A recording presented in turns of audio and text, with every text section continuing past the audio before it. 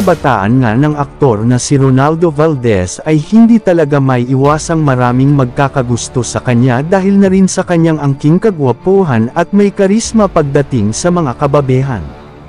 Ang alam ng lahat ay dalawa lang ang naging anak nito na sina Jano Gibbs at Melissa. Ngunit may nakalap kaming source na ayon sa isang post ay nagkaroon daw ng anak sa labas si Ronaldo Valdez.